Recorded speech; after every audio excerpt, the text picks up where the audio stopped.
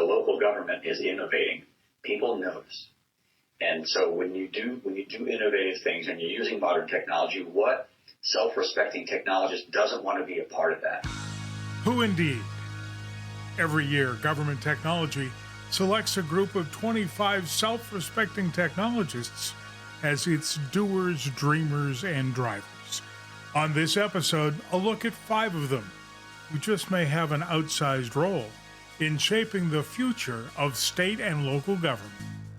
TFIC takes you deeper into the stories that are shaping the future of state and local government. To boldly go where no man has gone before. You're not Buzz Lightyear. I'm Siri. And I'm Google. And I am Alexa. Alexa seems so smart. I think we'd have a lot to talk about. Pew, pew. From government technology and governing, this is The Future in Context. I'm Paul Taylor. On this episode, we want to put the people who are making a difference in public sector IT in context. I'm Ashley Silver. There is a long history of technology awards given to individuals for their contributions to making things better. They are named for the likes of A.M. Turing and Benjamin Franklin, even Nobel, Pulitzer, and Queen Elizabeth. Now that is some pretty fine company to keep. Our awards, the GT Top 25 Doers, Dreamers, and Drivers, is the longest continuously running technology award for individuals in state and local government. This marks its 23rd year. Well, this marks my first complete year with GT, so I'm really excited to celebrate the class of 2024. I've got my favorite, who we'll talk about in a moment. Paul, set this up for us. You talk with the woman who makes this happen every year. Why, yes, I did. Lauren Kincaid is the managing editor of Government Technology magazine. Lauren, welcome back to the big show. Thank you, Paul. Good to be here. It occurs to me that when you consider all the men and women who have dedicated all or some of their professional lives to making government better, 25 sounds like an awfully small number. How do the editors decide? How do people make the list? I mean, it's a long process. It's nominations from our entire writing and editing staff at GovTech. We find the 25 that best highlight what's happening right now. The church of what's happening now. Yeah. So it's always a lot of CIOs from state, city, county, special districts doing that important work. And then we also always kind of have a few interesting, maybe unconventional choices, right? So this year, we have a communications director.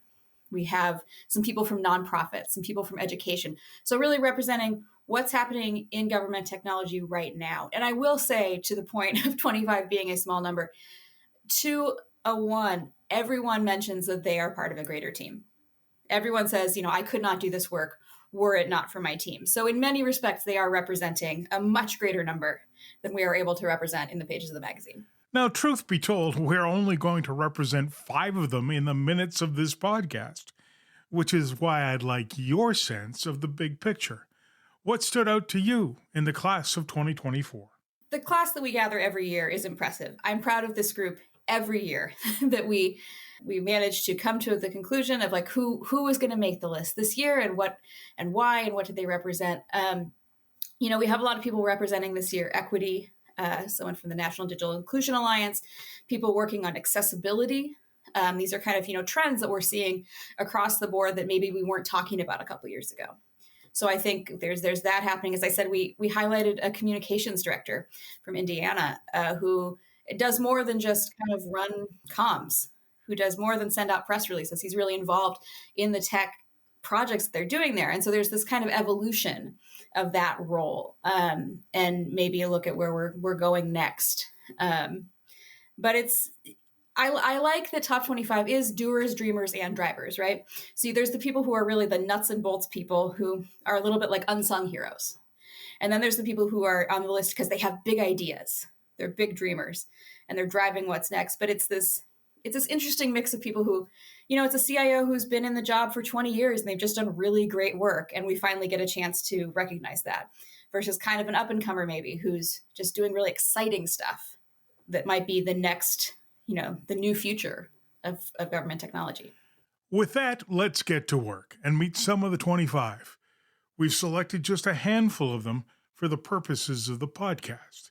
Let's get to know them with the help of the writers who wrote their profiles. I'm Zach Quainance, Associate Editor for Government Technology Magazine. Amy Huffman is the Policy Director of the National Digital Inclusion Alliance, which is a nonprofit that supports digital equity. But digital equity is essentially our goal, right? It's where we want to get. We want to make sure that everyone has everything they need to fully participate meaningfully in our society, democracy, and an economy. In her capacity with them, she essentially heads up their work helping state government with their digital equity initiatives, which right now, first and foremost, includes applying for the historic amount of federal funding coming down through the Infrastructure Act. She made the list because we were taking stock of the biggest stories in our space last year, and that historic funding coming down was chief among them. And Amy Huffman helped the NDIA set up workshops and all sort of free resources that almost every state in the country participated in as they prepared their applications for this funding. This is Nikki Davidson, data reporter for Government Technology. People want to work on interesting things. Rob Mancini is the CIO for Prince William County in Virginia, and he has been working in tech for more than 30 years. Understand that the skills that got you into this role aren't the skills you need to thrive in this role. So you've got to grow as a leader, and you've got to grow as a person, and you've got to grow as what I call a fellow human being that's just trying to help somebody, knowing that everybody you pass knows something you don't. Everybody you walk by on the street knows something that you don't. He's got a really interesting background. He actually started working at American Online during the early startup days. And since then, he has worked in almost every type of IT job that you can imagine in both private and public. And now he is back in the public sector, and he has led a massive technology modernization program. It's all about redesigning and rebuilding the digital infrastructure of the county. So he was able to equip it to operate on a high-speed 400 gigabyte backbone, which has allowed enhanced network security. The thing that I think is really interesting about Rob is not just what he has done for the county, is just his philosophy about building a team. And when you're working on interesting things and you're making something happen in your enterprise, it makes it easier to recruit. And when a local government is innovating, people notice.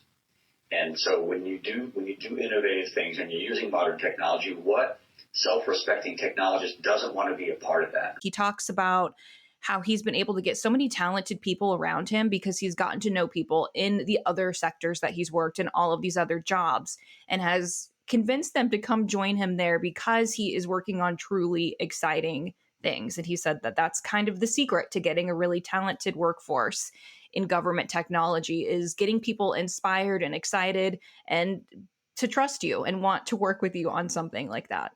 So one of the things that he mentioned to me was that the type of work he's doing now by making government work easier for people and to make people's days easier is really his passion in life. He said that he doesn't think that there's any work that is more significant or more important than to serve the public in that kind of way, which I think is really exciting to know that somebody is leading those projects that has that kind of mentality, that truly sees this job as a public service, a calling.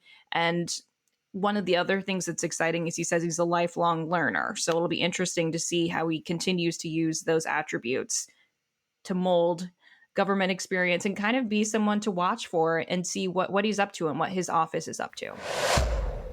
This is Thad Ritter, BizBeat reporter for Government Technology. Thad, if I read the profile correctly, it sounds like your guy self-described as a geeky kid who was inspired by ads like this one. We're traveling through a dimension both of sound and ideas. We're at a place where the mind can comprehend and devise a solar radio, a wireless transmitter, measure time and light. Astonishing? Perhaps.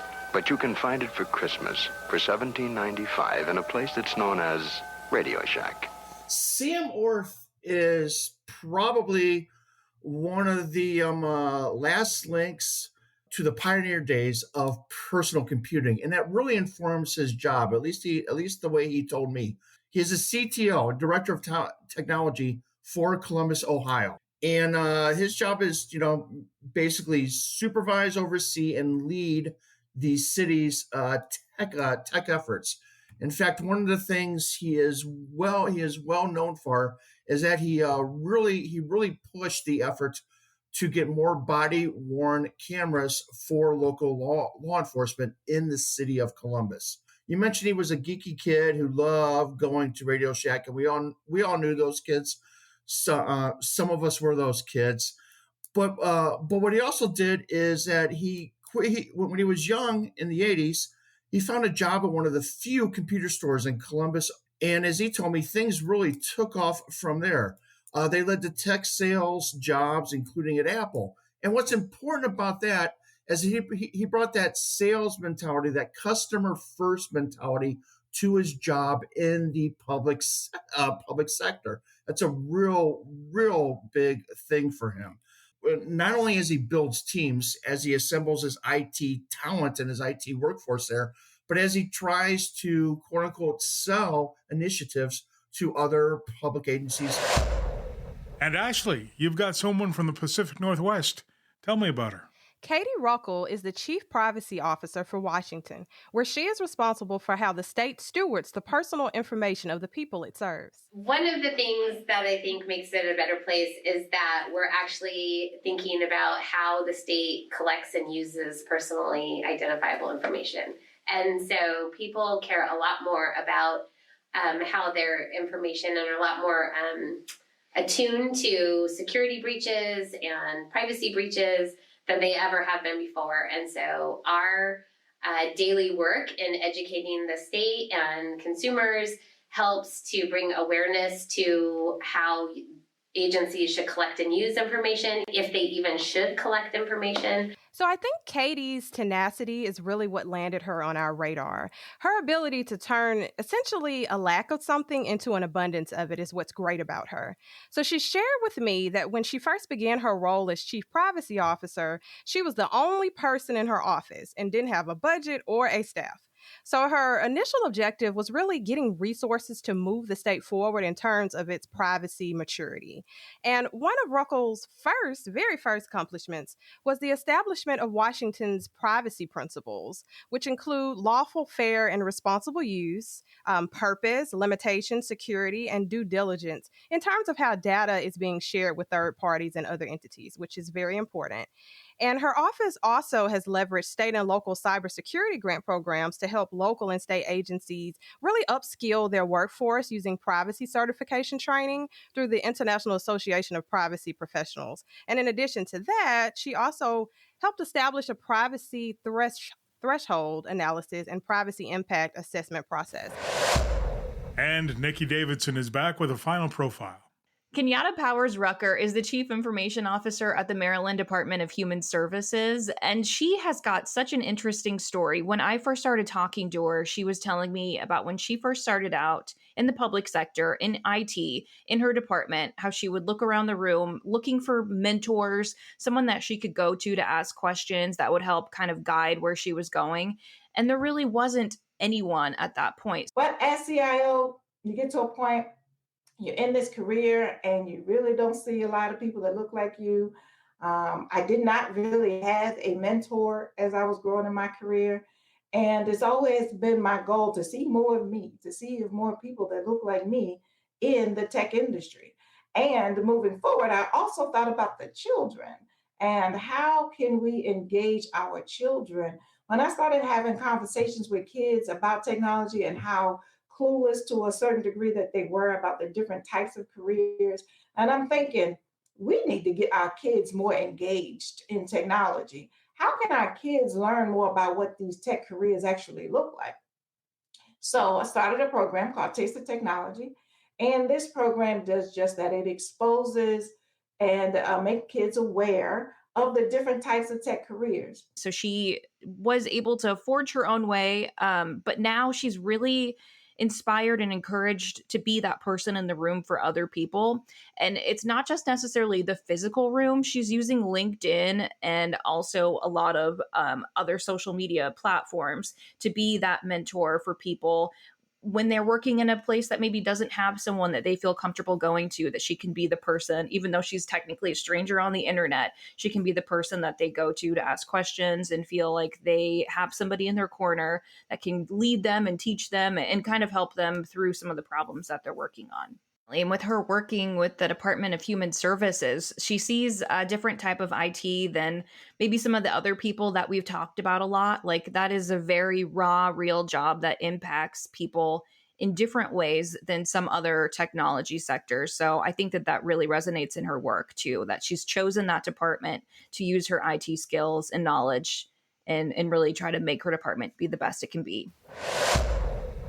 Nikki also produced a flyover video of all 25 of the top 25 that runs a mere 5 minutes and 5 seconds.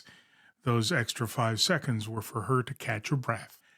Now, of course, the package and the individual profiles are available for sharing at govtech.com. Plus, we've got the links to all of that in the show notes as well. Now, Lauren, let's bring you back to help wrap all of this up.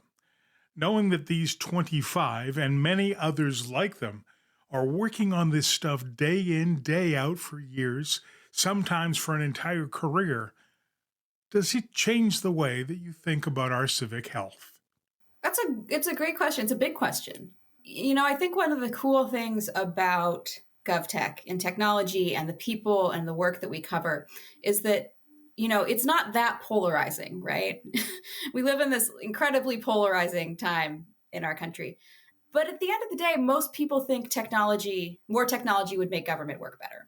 Without getting into the nitty-gritty of how we spend it, where the money comes from and how it gets done, these are all people who just want to make government work better for people. And so I think that is what makes me kind of hopeful. It's what makes me feel happy to work on these awards every year, is I get to see this group of people who just genuinely want to do good work. And it's often unsung. It's often very humble work. It shows you that at the end of the day, at the local level, at the state, the county, are just a lot of people who want to make the world better for themselves, their families, and their neighbors. And that's what all these people do. And it's a privilege to be able to highlight that in some capacity. Yeah, really good reporting by the editorial team on these underrated folks who often fly under the radar.